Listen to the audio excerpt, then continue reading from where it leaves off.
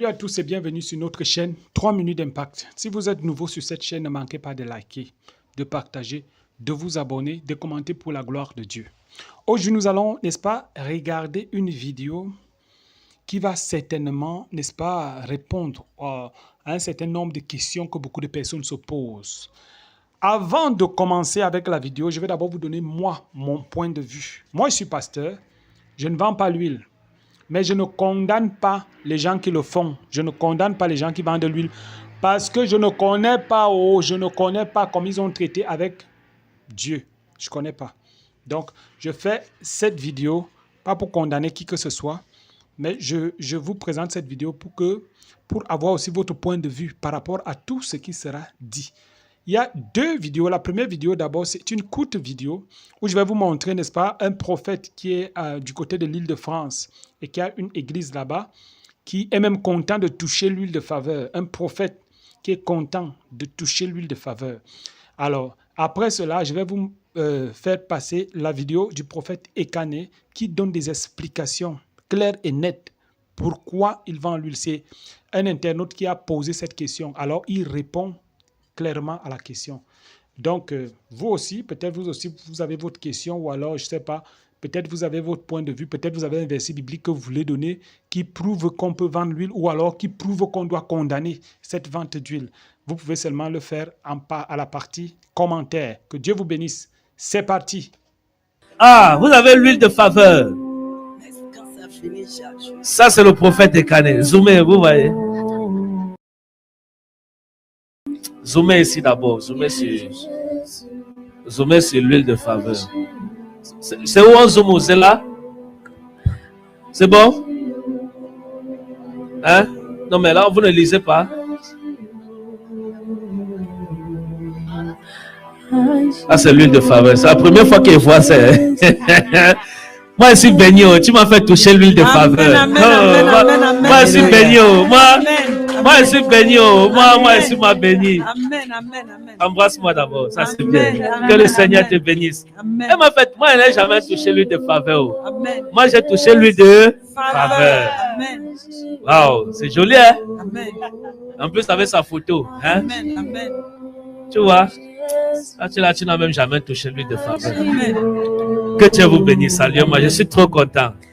Ça dit, non, mettez-vous debout. Mettez-vous debout. Ne vous inquiétez pas. Mettez-vous debout. Rien ne me rend en joie là maintenant que comme j'ai touché l'huile de faveur.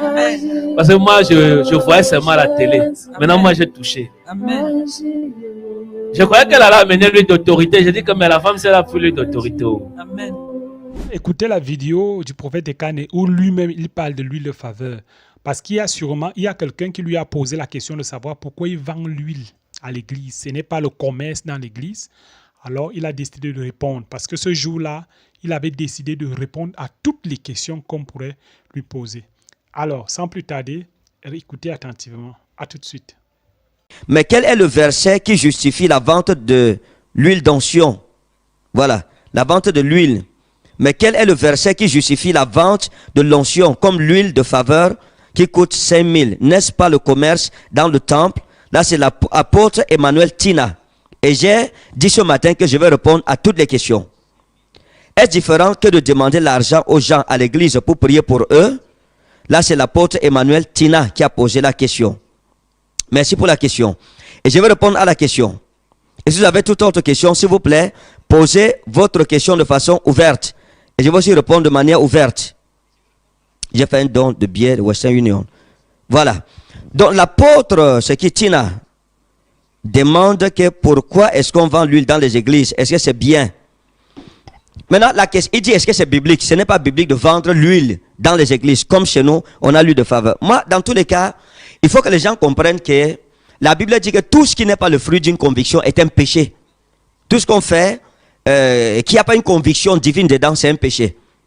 Prenons le cas du protocole. Il y a par exemple les hommes de Dieu qui ne croient pas qu'un homme de Dieu doit être escorté.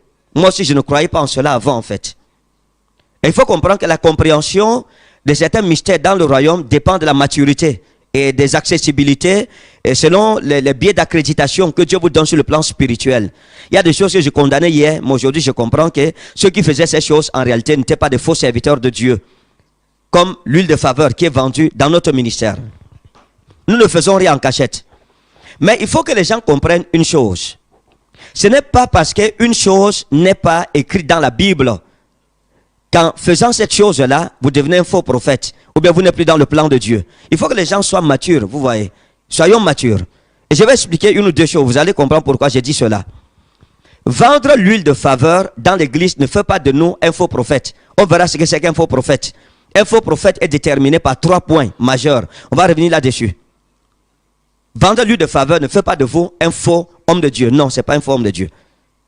Parce que l'huile de faveur n'est pas un don de Dieu. La Bible dit vous avez reçu gratuitement, donné gratuitement.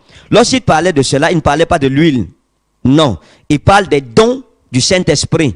C'est-à-dire que pour guérir un malade, on dit que si tu ne payes pas l'argent, on ne prie pas sur toi. Bien pour prophétiser, si tu ne payes pas, on ne prophétise pas sur toi. Donc ça, c'est vendre des dons. La Bible parle de la vente des dons spirituels. Il ne parle pas de l'huile dans tous les cas. Maintenant, il faut que je vous montre quelque chose. Apôtre, c'est apôtre Kitina. Votre question est pertinente. Et je vous donnerai aussi une réponse pertinente. Est-ce que la Bible a permis de vendre la Bible? Qui a la Bible? Nous achetons les Bibles. Tu as une Bible là? Viens avec la Bible, rapidement. Nous avons les Bibles dans nos églises. La Bible Thompson, la Bible Louis II. Il y a la Bible Semeur. Est-ce qu'on doit vendre la parole de Dieu? Avant de parler de l'huile, laissons l'huile d'abord. L'huile, je pense que l'huile c'est moins grave que la vente de la Bible. Il y a des hommes de Dieu qui vivent de la vente de la Bible. Est-ce que la Bible, qui est la parole de Dieu, devrait être vendue? C'est la question que je pose. Est-ce que ce n'est pas vendre les choses spirituelles? Parce que la Bible, c'est la parole de Dieu, mes amis. C'est ça même le fondement de notre foi. Ce livre qui contient la parole de Dieu. L'huile ne contient pas la parole de Dieu. L'huile est un élément. Un élément de la parole de Dieu. Mais ce n'est pas la parole de Dieu. Mais la Bible, qui est la parole inspirée de Dieu. Pourquoi est-ce qu'on la vend? Parce que si vendre l'huile et vendre la Bible, je pense que le crime le plus grave serait vendre la Bible. Pourquoi nous achetons nos Bibles? Même l'apôtre qui a posé la question, l'apôtre Tina, il a posé la question, mais je crois qu'il a une Bible. Apôtre Tina, je vous pose la question, est-ce que la Bible que vous avez, on vous l'a donnée gratuitement? Lorsque vous enlevez votre argent pour acheter la Bible, pourquoi vous ne vous posez pas la question de savoir pourquoi j'achète la Bible? Est-ce qu'il est écrit dans la Bible qu'on doit vendre la Bible? Pourquoi on vend la Bible? On peut aussi se poser une autre question.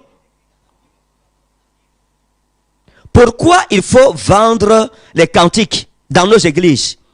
Si vous répondez à la question, je réponds à la question de l'huile de faveur. Simplement.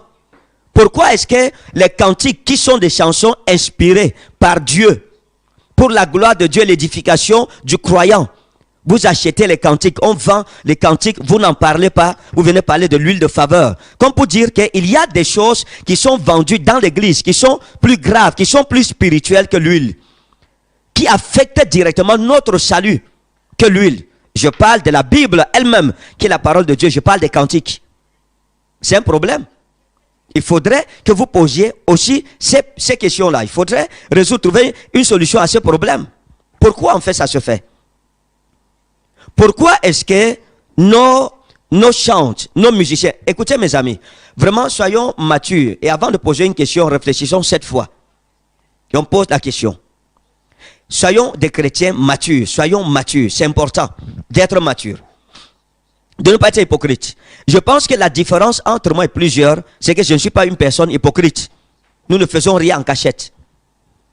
Nous avons nos musiciens qui organisent des concerts. Nous-mêmes, nous y assistons. Les entrées, nous payons 50 000. On paye l'entrée 10 000. On paye l'entrée 100 000. On paye l'entrée 5 000 pour aller adorer Dieu, aller louer Dieu. Est-ce qu'on devrait faire ça? C'est la question que je vous pose aussi. Est-ce qu'il fallait faire ça? Pourquoi on le fait? Ça pose un réel problème. Mais je pense qu'il y a une autre façon de comprendre les choses dans la maturité. Il faut comprendre les choses de manière mature.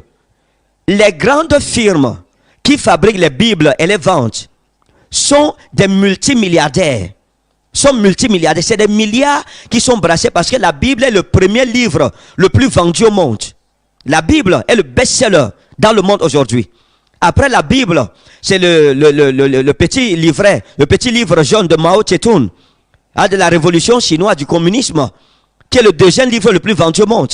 Mais le best-seller, chaque année, dans le monde entier, c'est la Bible. Presque toutes les hommes sur la terre ont soit la Bible totale en entier ou bien la Bible partielle, une portion de la Bible. Mais toutes ces Bibles-là sont vendues en fait. Elles sont vendues. Donc, si l'huile vous pose un problème, commencez donc, vous combattez, vous trouvez que c'est une injustice dans l'église, il faut commencer par les vraies et grandes injustices qui sont celles des firmes qui nous vendent les Bibles ou bien celles des imprimeries qui nous vendent des cantiques. Maintenant, apôtre Tina, je vais vous poser une dernière question. À tous nos hommes de Dieu, peut-être vous-même vous êtes un écrivain, qui écrivent des livres. Ces livres sont tirés de l'inspiration que le Saint-Esprit vous donne à travers la parole de Dieu, qui est la Bible. Mais je vous pose une question. Pourquoi vendez-vous les livres qui sont la révélation, la parole de Dieu à vos brebis? Vous ne voyez pas ça, mais vous voulez parler sur l'huile? Est-ce que ce n'est pas de l'hypocrisie, apôtre Tina? Est-ce que ce n'est pas manquer de sincérité envers vous-même? Est-ce que ce n'est pas une limitation spirituelle dans la compréhension et l'appréhension des choses de l'esprit? Pourquoi vendre les livres, les apôtres, les prophètes, tout le monde qui vendent les livres là-bas dehors? Les livres là, il y a quoi dedans? N'est-ce pas la sagesse de l'esprit que vous nous exposez? N'est-ce pas la parole de Dieu que vous nous expliquez? Pourquoi vendre le don de Dieu qui vous a été révélé? Pourquoi on vend cette parole de Dieu dans vos livres? Pourquoi vous le faites? N'est-ce pas un crime? Ce crime n'est-il pas plus condamnable que l'huile qui n'est pas la parole de Dieu, qui est une chose? Donnez-moi la Bible là. Répondez à cette question et je répondrai à la question de l'huile. Voici la Bible. Elle coûte combien? 3500. Celui qui n'a pas 3500 n'a pas droit à la parole là. Il n'a pas droit à ça. N'est-ce pas criminel? N'est-ce pas méchant? Donc ça veut dire que le pauvre n'aura donc pas accès à la parole de Dieu qui est la Bible. Quelle méchanceté donc? Quel manque de cœur, quel manque de sentiment. Donc, ce n'est pas ça le problème. Il n'y a aucun problème à cela. Cette Bible nous est vendue parce que pour la produire, ça coûte très cher. Ce n'est pas qu'on achète la parole de Dieu. On donne une contribution symbolique pour que ceux qui tiennent les grandes imprimeries, ces firmes-là, qui fabriquent la Bible, ne tombent pas en faillite, pour que le monde ne cesse pas de lire la parole de Dieu. Donc, ils ne vendent pas la parole de Dieu. Nous donnons une contribution pour que leur société puisse fonctionner. La même chose pour les cantiques. Nous achetons les cantiques, pas parce que nous achetons l'inspiration qui est dans les cantiques. Nous donnons à ceux qui ont reçu cette inspiration les moyens financiers. Parce qu'on ne peut pas faire ça sans argent. Les moyens financiers pour pouvoir nous apporter encore plus d'inspiration. Lorsqu'un musicien il fait un clip vidéo, il n'a pas de moyens, Dieu lui a donné le don. Et il fait un concert. On doit payer 5 000, 100 000, 200 000 parfois.